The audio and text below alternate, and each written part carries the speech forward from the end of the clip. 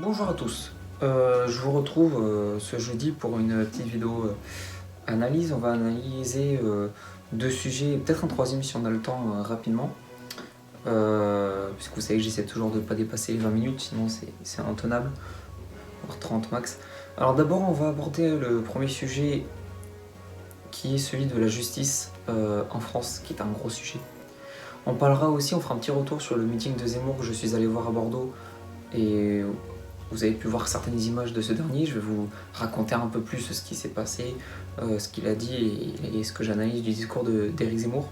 Et le troisième sujet, si on a le temps, j'essaierai d'aborder une question que je n'ai pas jamais vraiment abordée, qui est le programme de géographie. En tout cas, ce que je vis en géographie, cours de géographie à l'école.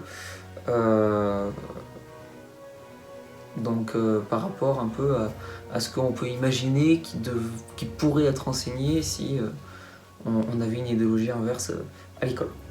Alors, je commence du coup par la justice en France. La justice en France, vous avez sûrement suivi l'affaire d'Éric Zemmour qui a une peine requise contre lui, pas encore mise mais requise contre lui de 10 000 euros. Qu'est-ce que prouve en fait ce nouveau cas, entre guillemets, parce que c'est pas le premier sur Éric Zemmour et c'est pas le premier tout court. On se rappelle, actuellement on a Nicolas Sarkozy, qui a encore des peines derrière lui et qui a eu une affaire qui a fait énormément polémique et énormément de bruit. Et on a éventuellement aussi Fillon, François Fillon, et Zemmour qui a eu d'autres affaires avant, mais aussi François Fillon juste avant les élections présidentielles qui a eu une affaire sur le dos suite à un emploi fictif de sa femme, soi-disant. Bizarrement, c'est trois personnes qui sont proches au niveau des idées, parce qu'il faut dire que bon, même si Sarkozy c'est un peu loin quand même de Zemmour, au niveau des idées, on peut que dire que Zemmour est proche de, enfin Sarkozy et Fillon sont proches de Zemmour. Et bizarrement, c'est les trois plus grosses affaires politiques presque qu'on pourrait dire, avec Bernard Tapie qui lui est censé être de droite, mais il est plutôt droite-centre, donc je l'exclus dans cette partie-là. Donc qu'est-ce que prouve un petit peu toutes ces affaires et ces condamnations? Ça prouve une chose très simple, c'est qu'aujourd'hui la justice, au lieu d'être une justice à notre cher Saint-Louis dans le passé, qui rendait la justice sous un chêne, on s'en rappelle. Quand je dis Saint-Louis, c'est Louis IX, vous avez compris, vous avez mis homme de culture en histoire. Et donc la justice à l'époque était encore un minimum juste, justement. Elle rendait la justice, elle était tout simplement juste, comme je l'ai dit. Oui, sous la Révolution française, c'était un peu moins juste, mais c'était un peu délicat. Il y avait encore la peine de mort, là on décapitait des gens, il y avait la guerre, tout ça, c'était un peu plus compliqué. Mais il y avait aussi la monarchie absolue sous les XIV avec la prison de la Bastille qui, sur papier du roi, une personne pouvait être enfermée. Là, bien sûr, c'était pas forcément très juste. Mais mis à part ce moment-là, après, on a vu que la justice a, en fait, à partir de, j'ai envie de dire, à partir de la monarchie absolue, à partir de Louis XIV, ou même un peu plus tard, à partir de la Révolution française, la justice n'a jamais été vraiment juste comme à l'époque de Saint-Louis. Après, on peut se demander, philosophiquement, qu'est-ce que la justice? La justice pour certains sera justement ce fait qu'on guillotine des gens sous prétexte qu'on croit qu'ils sont machin, qu'ils sont ennemis alors que peut-être pas, mais bon, on les décapite quand même pour le plaisir de la République, ça c'est l'extrême gauche, ça merci. Qu'on retrouve un peu aujourd'hui, mais sauf qu'ils décapitent pas les gens maintenant, ils les condamnent simplement, encore heureux. Donc en gros, j'en viens au fait que la justice en fait aujourd'hui n'est plus du tout, ne rend plus la justice, n'est plus juste, et plutôt idéologique et politique, et clairement basée à l'extrême gauche, puisque à part Mélenchon qu'on a pris un petit peu pour sa pomme, mais encore ça n'a pas été trop violent, la justice est globalement à gauche, mais je préfère dire à l'extrême gauche quand même. Peut-être que j'extrémise, hein, mais ça reste mon opinion personnelle où je pense que la justice est aujourd'hui d'extrême gauche. Moi, de ce que je vois, tout me le montre. Après, c'est possible que je me trompe et que ce soit à gauche, hein, c'est possible aussi.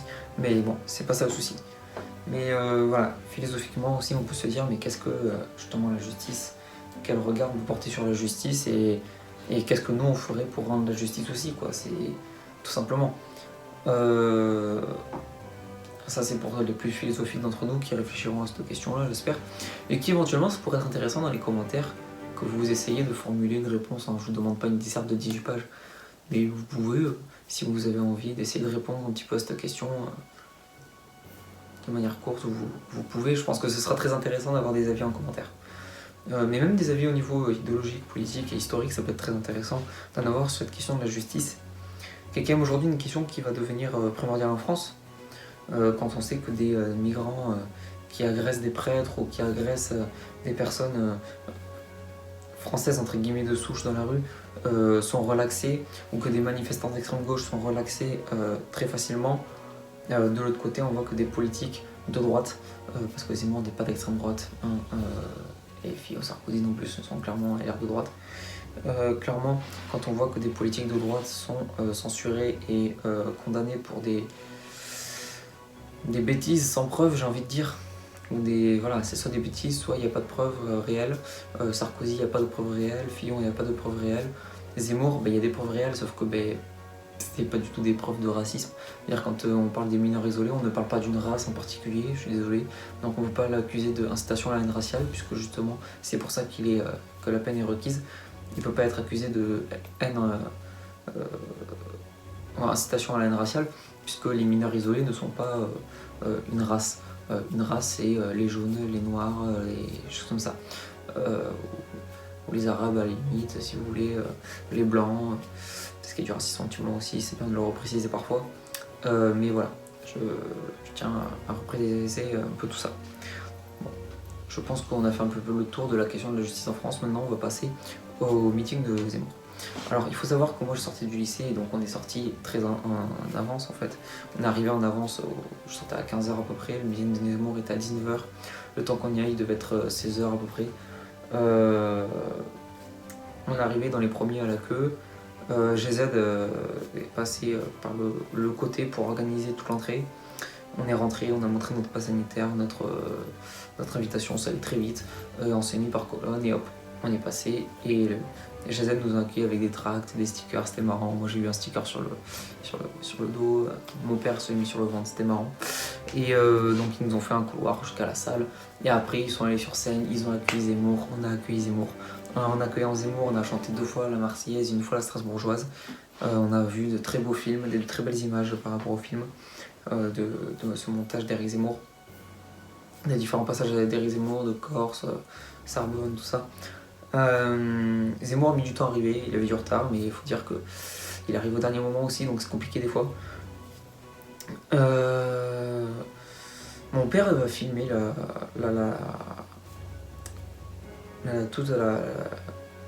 le meeting si ça vous intéresse.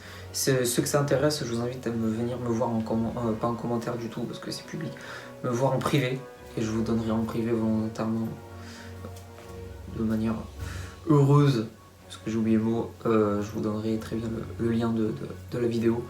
C'était très intéressant, ça a parlé de bureaucratie française, de paperasse, ça a parlé de petites entreprises et je suis un des premiers touchés par les petites entreprises parce que mon père dirige une petite entreprise de 3 salariés. Et c'était très intéressant, il parlait de la bureaucratie, qui disait que ceux qui faisaient vivre la France, c'était les Français d'en bas, et c'est ceux qu'on faisait le plus chier avec la bureaucratie, cette pression avec les papiers, et les problèmes fiscaux, et les papiers qu'on doit faire de la CAF, tous les problèmes, toute la paperasse administrative qui est finalement donnée aux Français, et la pression est donnée aux petits Français qui travaillent, qui n'ont pas forcément le temps de tout faire en même temps. Donc des fois, ils repoussent la paperasse, ça met du temps, ils perdent de l'argent. Parce que cette personne-là doit travailler et s'occuper de sa maison aussi des fois. Donc c'est très compliqué et c'est ce qu'expliquait très bien Éric Zemmour. Et ensuite il a abordé bien sûr le thème des petites entreprises, où il expliquait bien sûr que il a bien sûr dévié sur les aides sociales, les allocations chômage, etc. qui doivent être retransées sur les Français et non plus sur les étrangers ou les immigrés clandestins qui bénéficient de certaines aides rien qu'en rentrant sur le territoire. Il faut privilégier toutes ces aides aux Français pour que le Français puisse vivre mieux. Il faut en fait faire de la préférence nationale. C'est cruel à dire, mais c'est comme ça qu'on a toujours fait et c'est comme ça qu'on doit continuer à faire. Et là, on est en train de faire le chemin inverse et c'est ça qui est inacceptable. C'est ça que dénonce Zemmour. C'est là qu'est le déclin de la France. On favorise plutôt les étrangers à la France que les Français. Et c'est quelque chose qui est inacceptable. Et c'est contre ça que se bat Français et ses soutiens dont nous. Et on souhaite que ce dernier passe afin qu'il règle un peu la situation. une fois qu'on aura stabilisé la situation de la France et des Français, qu'on aura réglé tous les problèmes pour les Français, là on pourra s'occuper des étrangers. Mais d'abord il faut privilégier les Français en faisant cette préférence nationale qui est primordiale aujourd'hui pour notre pays. Franchement, une organisation excellente à Bordeaux. Ça a été vite fait le bordel au début parce qu'on a commencé à tous rentrer. Ça a commencé, ils ont voulu tous faire rentrer rapidement, mais malheureusement ça n'a pas marché dès le début, donc ils ont pris en main la chose rapidement et ils ont tout réorganisé de manière très simple. C'était très sécurisé avec un bon nombre de vigiles quand même parce que voilà. De toute façon, il y avait les mecs de Génération Zemmour qui étaient là pour assurer aussi une certaine sécurité parce que les mecs, c'est littéralement des cubes, ok, c'est 1 mètre sur 1 mètre, les mecs qui sont dans la baraque de fou. Pas tous, hein, mais il y en a beaucoup qui sont comme ça. Donc, franchement, j'étais serein. J'étais même pas assis, j'étais debout parce que j'étais à côté de la caméra de mon père. C'était une bonne place qu'il a trouvée en plus, donc ouais, je suis resté debout tout ce temps-là, mais ça m'a pas dérangé. Mais c'était extrêmement intéressant et je pense que Zemmour est plus à écouter sur ces questions-là parce que malgré le fait, il y en a certains qui pourront dire, il ramène toujours le sujet à l'immigration, mais en même temps, on est obligé de ramener le sujet à l'immigration puisque c'est un réel problème à la fois économique et sécuritaire. Il y a eu des questions-réponses après entre les Zemmour enfin entre les personnes qui étaient au meeting de Zemmour. Il y a un agriculteur, un ancien militaire, 2 femmes qui travaillent modestement et il leur a très bien répondu. C'était, je trouve, quelque chose de très bien. Et il a même répondu sur la natalité, qui était une question sur laquelle il n'avait pas travaillé. Il avait répondu un petit peu. Il a répondu à la question du port d'armes par les Français. Il n'a pas dit qu'il était pour, mais au moins qu'il y avait des mesures à prendre dessus pour essayer de voir comment on pouvait se faire, mais surtout il a dévié sur le thème de la police qui était très important. On a aussi parlé d'agriculture et donc forcément d'Union Européenne. Voilà, ça c'était pour faire un petit bilan du meeting d'Éric Zemmour. Et donc je passe au dernier sujet qui est celui de géographie. Que je vis actuellement à l'école. Ce qui est intéressant, c'est que vous savez que je suis un anti-mondialiste, donc je suis très protectionniste, mais libéral national. C'est-à-dire que je suis protectionniste à l'échelle internationale, mais en fait sur le sol, je souhaite diriger les entreprises de manière très libérale. Voilà. Pour qu'il y ait de la compétitivité interne entre les entreprises, et ça pourrait marcher avec le domaine public légèrement. Il faut juste réussir à garder une main mise dessus, l'état de garder une main mise dessus, histoire de gérer la situation. Mais ça, on pourra en reparler dans une autre vidéo, sans souci. Là, on parle de géographie et on parle de la mondialisation. Et ce qui est intéressant, c'est que dans la définition même de mondialisation est exprimé justement le fait que ça entraîne une interdépendance entre les pays. Et je suis contre ça. Donc, en fait, la définition même de mondialisme, donnée par l'école, en fait, est de suite contre mes idées. Donc, on voit à quel point la gauche est ancrée dans le mondialisme et dans l'éducation nationale, puisque la mondialisation peut être définie de manière un peu différente, bien sûr, mais cette question d'interdépendance est quand même importante. Et je me demande pourquoi est-ce qu'on voit la mondialisation, clairement une idée d'extrême gauche, de droite libérale aussi, mais libérale mondialiste, ceux qu'on n'aime pas trop à droite, quoi. Et pourquoi on ne voit pas la question du protectionnisme, du libéral national, etc. Ça, c'est des choses qu'on ne voit pas forcément, et c'est des choses qu'on verra plus en détail, peut-être dans les études supérieures, des choses comme ça, je sais pas. Mais ces questions de mondialisation, on en parle tout le temps, de toute façon, dans les programmes, et quand on la définit, on voit très bien que c'est clairement une idéologie à l'extrême gauche ou à la droite libérale mondialiste. Donc, après on parle après ça dépend, il y a mondialisme économique, humanitaire, politique, ça dépend toujours. Mais on est quand même sur cette interdépendance entre les pays et les systèmes politiques. Là-dessus, je voudrais ajouter quelque chose, simplement pourquoi. Admettons qu'on fasse l'inverse, qu'on enseigne la mondialisation, enfin qu'on enseigne justement pas la mondialisation en avant, mais qu'on mette en avant le protectionnisme. Ça voudrait dire qu'on serait sur une politique plus de gauche protectionniste, donc des premiers socialistes notamment, et d'une droite extrême, d'une droite relativement protectionniste, donc du RPR avec Zemmour. Je pense que si jamais on mettait ce cas de figure en œuvre, on serait dans un moment où il y aurait beaucoup de plaintes de la part déjà des parents d'élèves qui sont souvent de gauche. Il y aurait une grande plainte aussi des profs qui sont souvent de gauche aussi, d'extrême gauche aussi. En fait, il faudrait, pour enseigner des choses qui sont plus dans l'idée de la droite, il faudrait repenser toute l'idéologie de l'éducation nationale. Il faudrait repenser tout ça, il faudrait repenser tous les professeurs de fond en comble, tous les programmes de fond en comble, toute l'idéologie de l'éducation. Il faudrait revoir toute l'éducation nationale. C'est un travail qui est compliqué, qui est énorme, et c'est pas forcément ce qu'on demande, et c'est pas forcément ce que demande Éric Zemmour. Nous, ce qu'on dit, c'est qu'on veut éviter l'idéologie gauchiste et de l'extrême gauche dans les écoles qui sévit actuellement.